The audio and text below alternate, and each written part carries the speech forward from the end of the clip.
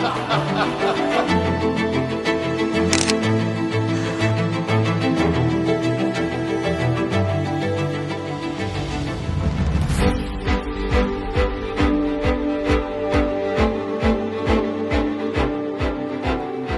always give as an example the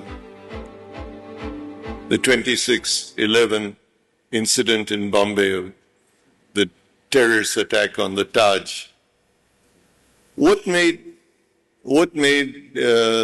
those employees risk their lives in some cases to shelter the people who were dining at the Taj or the people who were staying at the Taj? There was no manual, there was no instruction, there was no training. What happened? And how did individuals... It was the spirit of the organization that made that happen. There was no message that went out. People thought of what to do to switch off lights in a restaurant to make everybody lie down, keep quiet, move them out through the kitchen. What made that happen? I can't say that I did anything or that the management did anything. It happened.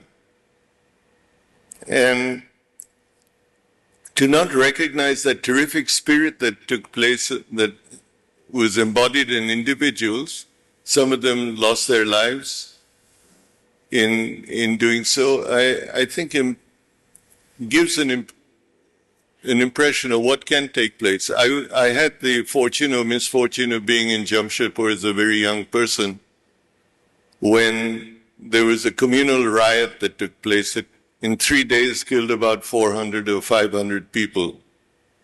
And it all started by somebody running around the plant saying, "Oh, come and see the trains that are coming from Kashmir. The people have been disfigured," etc. By the evening, the first stabbing took place. By the end of 2 days, the army had to be called in. I don't know how many crane operators I took out of the plant in the trunk of my car because there were people waiting for them down when they came down off their shift to kill them. And a horrible thing took place in 4 days.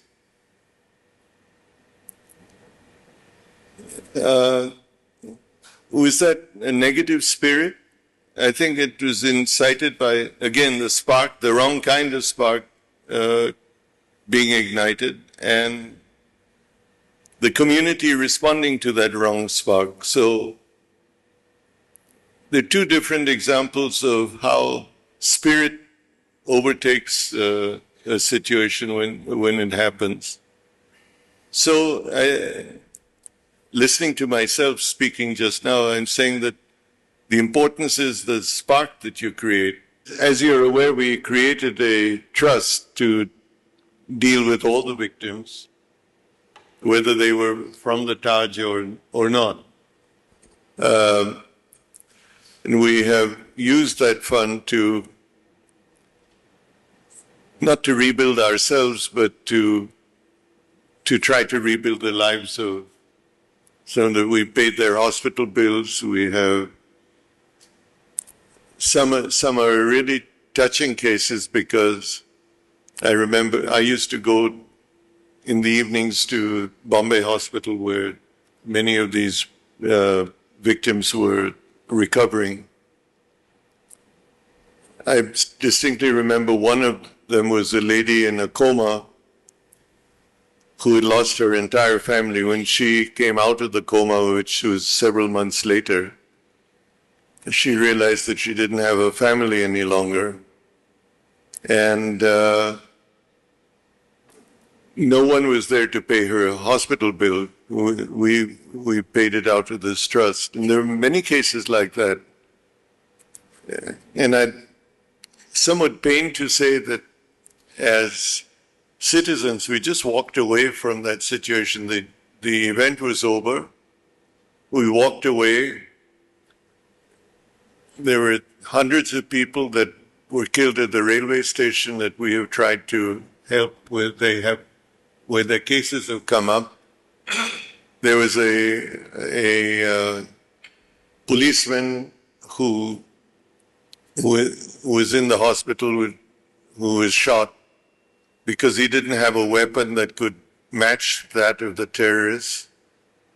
So all these things, someone should sit together and talk about what would happen if, God forbid, such a thing happened again.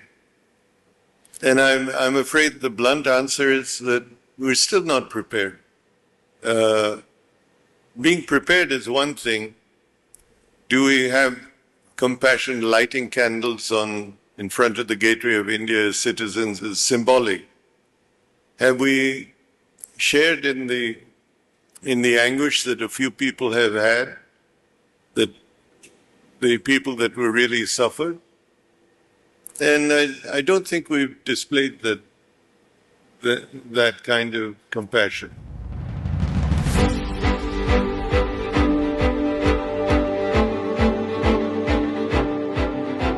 Elon has been a tremendous innovator, but he's a personal innovator. I attended a meeting which is housed in his SpaceX facility. And during the break, he said, "You want to come and see what we're doing?" And I said, "Yes, sir." So we went down to the shop floor.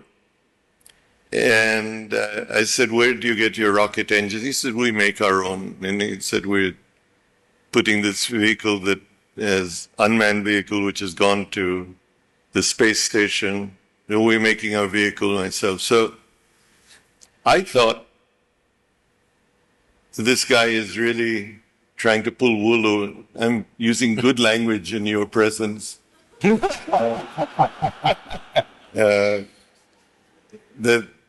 a very typical Indian way, he's putting his label on something that someone else has done. And as we walked through the shop floor, I really came to conclude this guy is really building his rocket engines himself. He's really building his vehicles which will take 7 human beings to the space station himself. And I suddenly thought to myself, and he is doing it at twice the speed of NASA and about 1/10 of the cost of NASA. And I thought, is this really possible? That this guy who is coming to his wealth is going into such a risky business and is able to do this and do it at such a difference from a monopoly situation that has happened, funded by the federal government to this extent? And the answer is yes. The person who developed a software package, sold it, then undertook to produce an electric car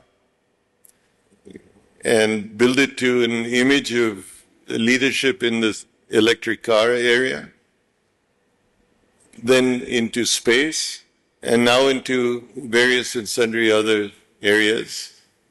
How does that person do it? I think we can assume that he doesn't do it alone. He does it because he's able to develop a team around him that doesn't say things cannot be done, but have the attitude of saying, how do we do it? That's what we want to do. How do we do it?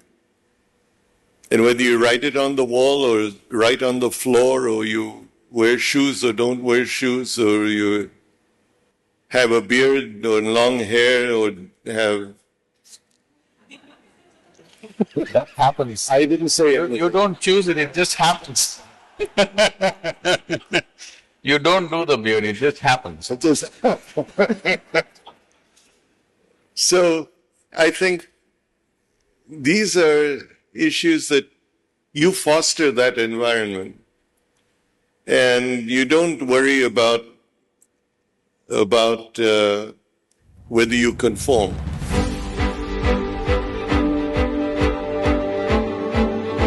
Mahatma Gandhi said once that if between you and the other person, if one of us has to lose face, let it be you, not the other person.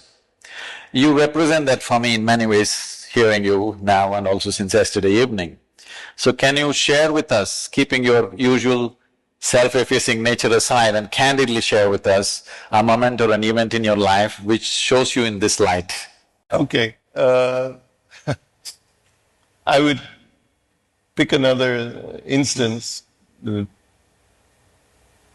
When I was chairman of Telco at that time, or is Tata Motors today, we traditionally were a truck company producing commercial vehicles.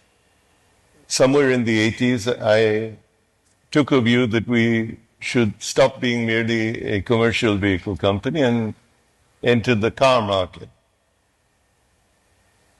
Most people have forgotten that Telco, or Tata Motors as it is now called, decided to make an Indian car. Not the Nano, it was a car called the Indica.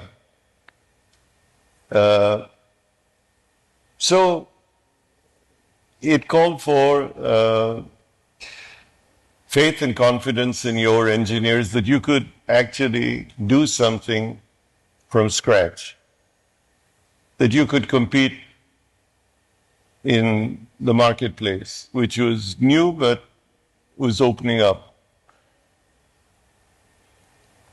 that you could do something without going through a life of licensed manufacture, collaborations, etc., and you could undertake to do this as an Indian company. So all my friends in the car industry overseas said, you know, you're younger than we are and you're more ambitious, but people have done this and failed. It's just not the thing to do. The board went along, but reluctantly. My Indian friends, not in the car industry, as we progressed down this journey, started to distance themselves from me because they distanced themselves from failure.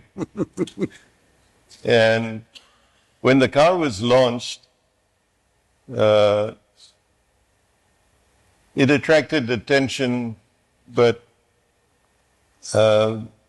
people were looking for its weak points, etc., rather than its strengths.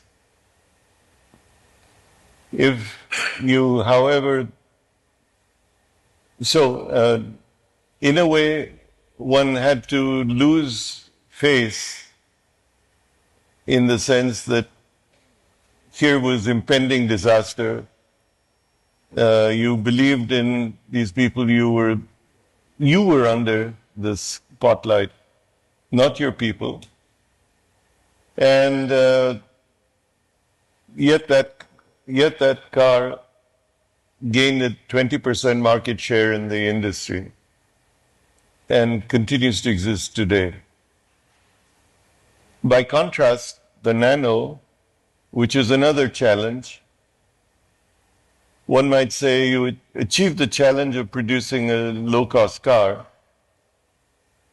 but the company did many things wrong in promoting the car or marketing the car.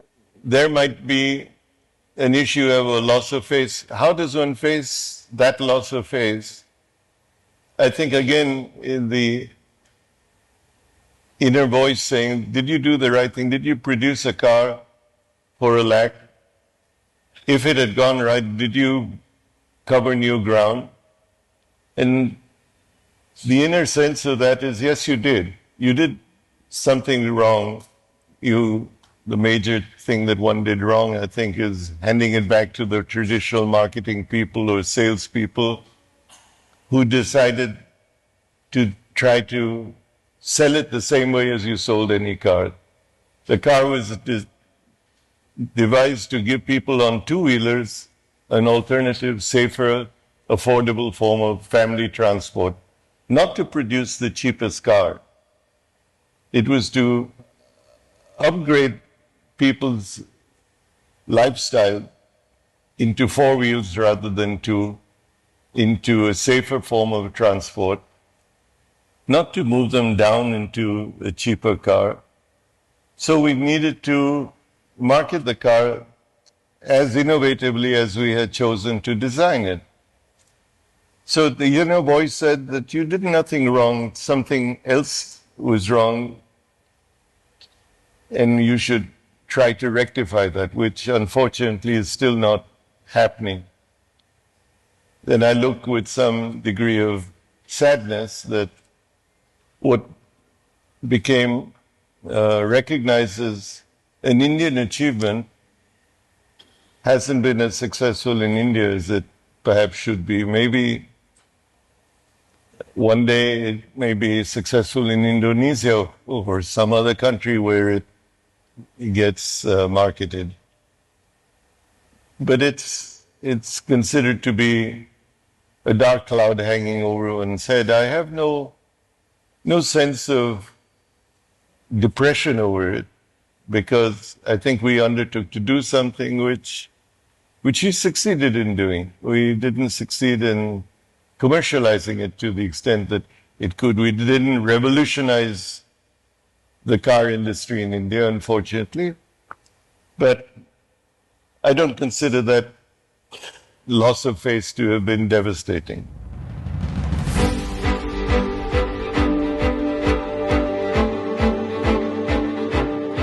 In your own words, JRD played a significant role in molding you at that time. Considering that you took the mantle when the first steps of liberalization were taken, to what extent was JRD crippled by the policies of that day? You know, I think through JRD's life,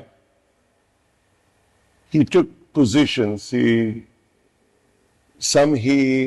abided by the positions he abided by. He accepted he could not change, and he remained a dissenter. Part of that was the political environment, part of that was the industrial environment that we were in, an environment of protection which he was opposed to. And there were other areas, very often outside the area of industry, family planning, birth control, which he went and became a global voice, advocating certain things that needed to happen.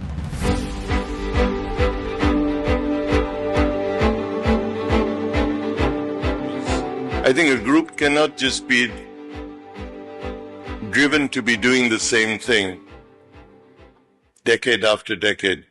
It has to reinvent itself, has to change with changing times. So the issue is that you need to sit back and ask, are you relevant in today's world? Are you doing things in a manner that is the best way to do it? It may be for environmental reasons, it may be for health reasons, it may be that you replace manpower with technology. That what are you doing and how are you relevant in today's world? In that sense, you have to create an ability to look at your products, processes, your management philosophy, and ask yourself, do you need to change? Or do you need to evolve? Or do you need to improve? Sometimes improvement can be driven by competition, or it could be for other reasons. So you have to create an environment which can be critical of yourself, not misunderstood to be anti-corporate, but an environment that can say that we have been doing this for 20 years, and it's time we can do it another way. And you need to create an environment where someone who has been doing it for 20 years doesn't slap you down and and say that, thanks, you've made your point, but we'll continue to do it the same way, or that we have billions expended in this area as legacy costs, which we're going to continue to retain. So I felt that the group that was by and large in traditional businesses should create an environment where one felt that the company was more nimble-footed and could look at reinventing itself or reinventing its products in a particular constructive way. So I made that one of the tenets of what we wanted to do, that we had to be innovative. Some of my colleagues went about that by deciding they would create a manual of innovation. I really don't believe that that's the way to innovate. That's just, in my view, a contradiction. The innovation should come as part of an environment. I think where we're sitting today is innovation. We're expressing views in a manner that may not normally happen. We're doing it in an environment that where different people have come together. That, in a manner of speaking, is innovation, that you're looking at things, you're opening yourself up to. I think, as Guru has mentioned, if you can't, control what you do yourself, how are you going to control others? So, I think companies have to destroy or demolish barriers that take place, that this is the way we do things. And we should be open to the smallest and the most seemingly irrelevant issues which foster change. And when you innovate, you ought not to be innovating for the sake of saying that you're innovating, or that on page 3, item 7C said this and that you did that, because that's not innovation. That's following a doctrine, and there is no doctrine for innovation other than the fact that you're open. So there is one aspect which is seeking excellence in the systematic excellence, Tata business excellence model or whatever. In pursuit of systemic excellence, does it curb individual genius somewhere? Because being so big on innovation, you need a spark of genius here and there. So, systemic excellence definitely makes friction-free function, but at the same time it could become too sedate and there's no spark of genius. There's a very famous situation when Henry Ford was wanting to… saw that there is not enough excellence or efficiency in the system, he hired an efficiency expert who was given total freedom to go and change things and fire people that he has to fire without even asking Henry. So he was going about firing and hiring things and coming, and then he came back to Henry one day and said, there's one guy who, whenever I enter his office, he's got both his legs up on the table, he's smoking a cigar, I've never seen him doing any work. And people say, I cannot fire him. So Henry asked, who is this guy? So he mentioned the name. Then Henry said, don't fire him. The last time he had his boots on the table and he was smoking cigar, he came up with $1 billion idea, don't touch him. So how do you manage between this pursuit of excellence and efficiency versus individual genius? I visited the Toyota plant in Bangalore, and on the shop floor, there's a walkway, there's a pathway, you have to walk only on that. Yeah. And when you want to… if you want to turn right, first you say this, and then you say this. Yeah. And you turn every time. Yeah, and and every time you go down a staircase, you must hold the railing. If you don't hold the railing, you're made to go up and again come back again. I'm saying wanting to systematize like this, it definitely curbs genius. So how do you balance between these two? I think if you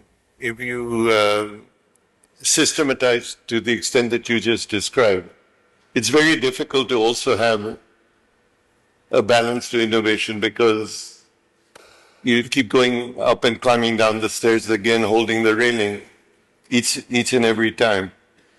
I think an environment of innovation is one where you may have safety, but you don't have a railing all the time to hold on to, and that you encourage people to go from the top to the bottom, or the bottom to the top, as the case might be, in a different way. Not endangering safety or throwing environment to the winds. So to your point, I think innovation has to be the environment that you create around yourself. You have companies where, just as you described, you have the guy that puts his feet up, who doesn't come to the office on time, who breaks every tradition that you have, but is worth his weight in gold because he can sit back and think of something which turns out to be $1 billion advantage to the company. If I might mention companies, Apple Computers was innovative when Steve Jobs first did it, but the board pushed him out because he was considered a failure and he was fired. And then the company brought him back as CEO when it was almost bankrupt some years later, and he built what today is probably the most valuable company in the world. And what he really did was he did everything different to what the book would say. He undertook his own merchandising and marketing with his own stores. He spent his time on doing something that most people would say would fail, and he had the inner courage to continue to do that. Is that innovation or stubbornness? I think, again, it would work for one person and not for another. But he created an environment very autocratically that opened innovativeness. And another example is Google today. Google is a true environment of innovation. It encourages thoughts to happen. Google X has been created to refocus on innovative new things that are being done. So you can create a less formal environment that is very innovative. Someone has to decide that we will invest in this innovation or not. And in not doing so, not kill this innovation so that innovation may take another form. You may lose that person who goes out and pursues that innovation, and it comes to the market. You want to go to work feeling that you have the freedom to innovate. You're not in a box. You're not look left, look right, and then walk forward, or have to hold on to a staircase railing to go down, or you go back up. Those create very safe, very traditional environments. Yeah.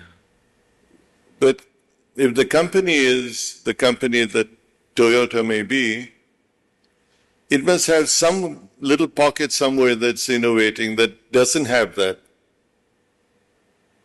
And then the next question you ask is, why should Toyota not have that everywhere? And maybe it happens in some areas and not in a foreign environment where they operate. I don't know.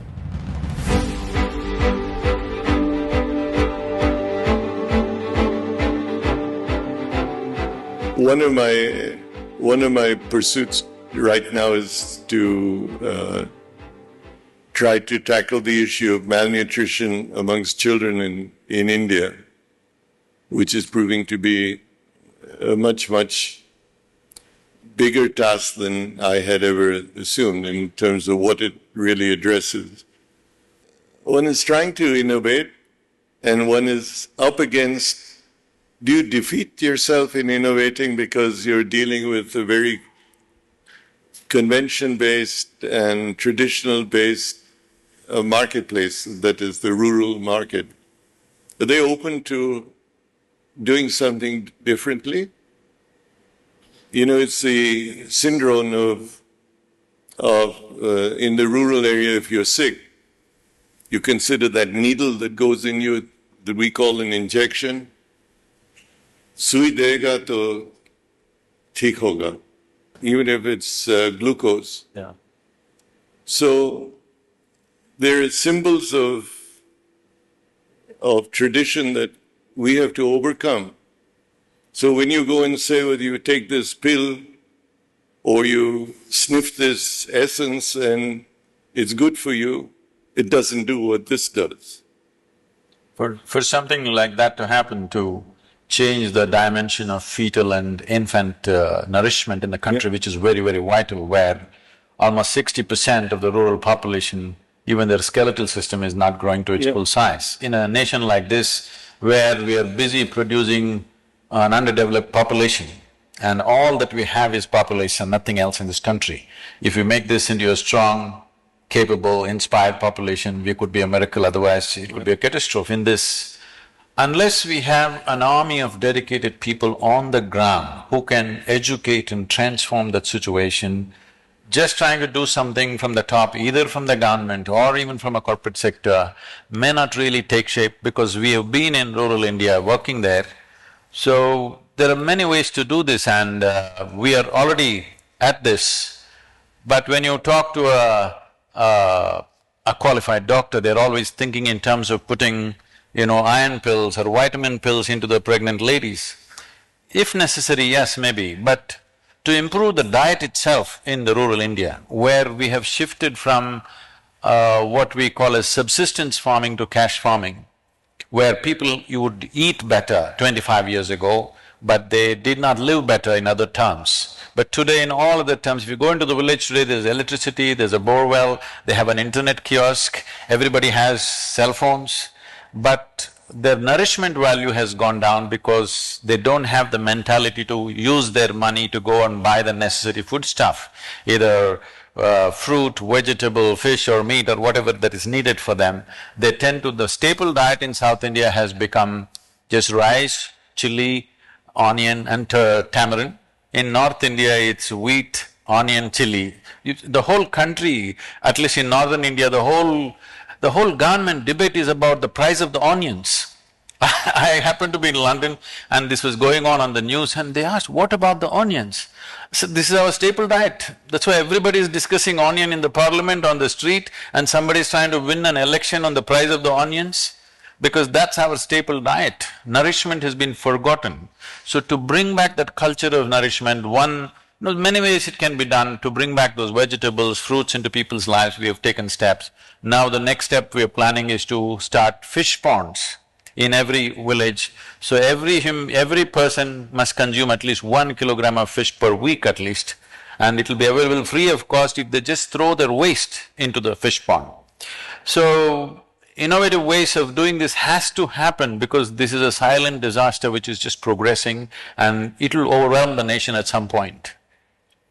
I think what you just said over the last few minutes is really relevant, because what we are finding also is the worst thing you can do for the country is to give everybody a sense of dependability on an outside force, be it the government, be it a private party, be it a public-private partnership. You have to create sustainability that is self-generated. If we have to create an environment of innovation, maybe that innovation comes not necessarily just in the nutritive thing, but how to create prosperity that is sustainable in a community. Not prosperity that you've fritter away in buying material things. That's the trappings of prosperity, but to create prosperity in the village, fisheries or fish ponds, or creating livelihood in terms of produce, etc. We're not addressing those issues adequately in the country, and many of them are, as you say, things that can easily be done. And if the nutritive value of what we eat has diminished over time, it's because we have allowed it to diminish, and we have not been innovative in terms of addressing this.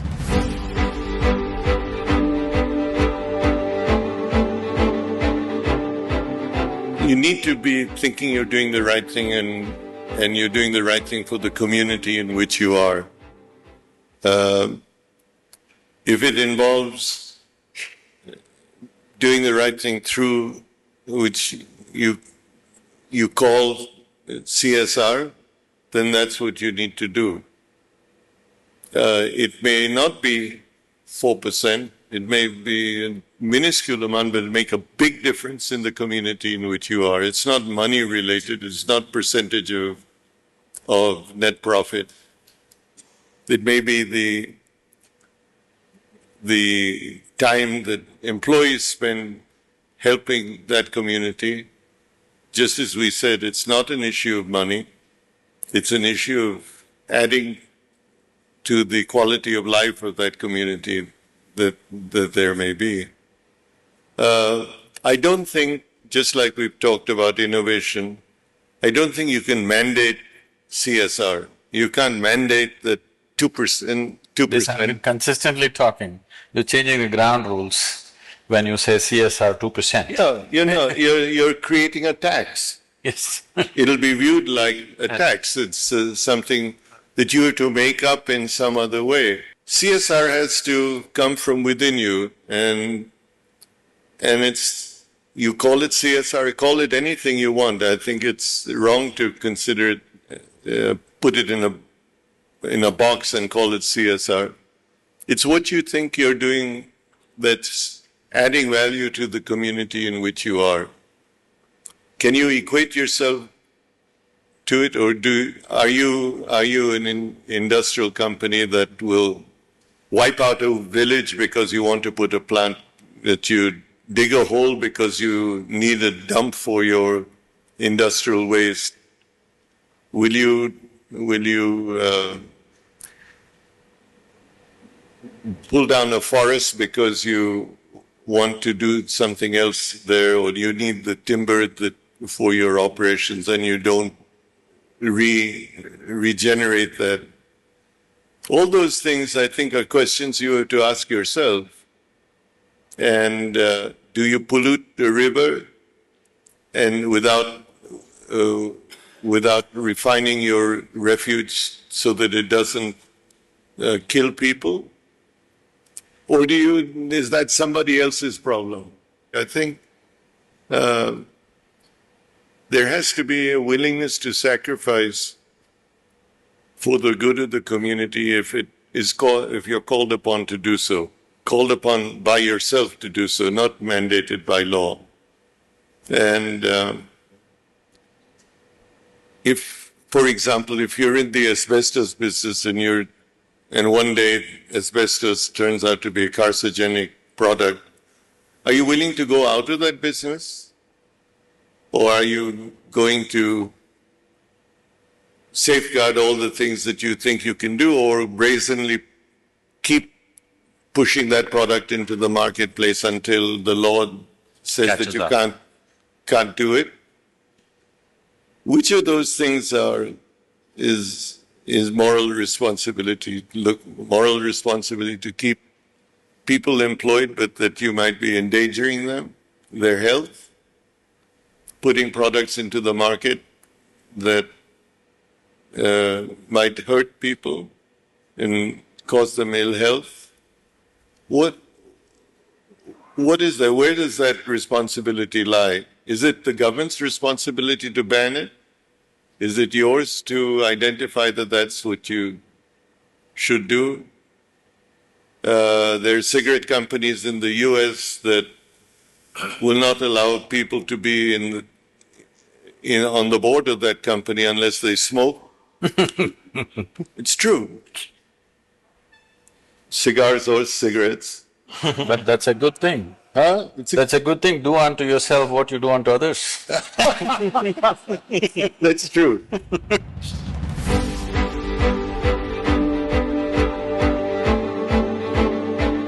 Personal failures. Your personal failures and your personal frustrations as an individual, how do you handle them when you go home end of the day? If any. Well, You shouldn't tell her, you shouldn't tell her. She's a Tata employee. yes. Well, I'm still alive, so I haven't committed suicide. So we left that out of the equation. I retired, so I'm free of that obligation, whether I succeeded or didn't or failed or… So I'm away from that.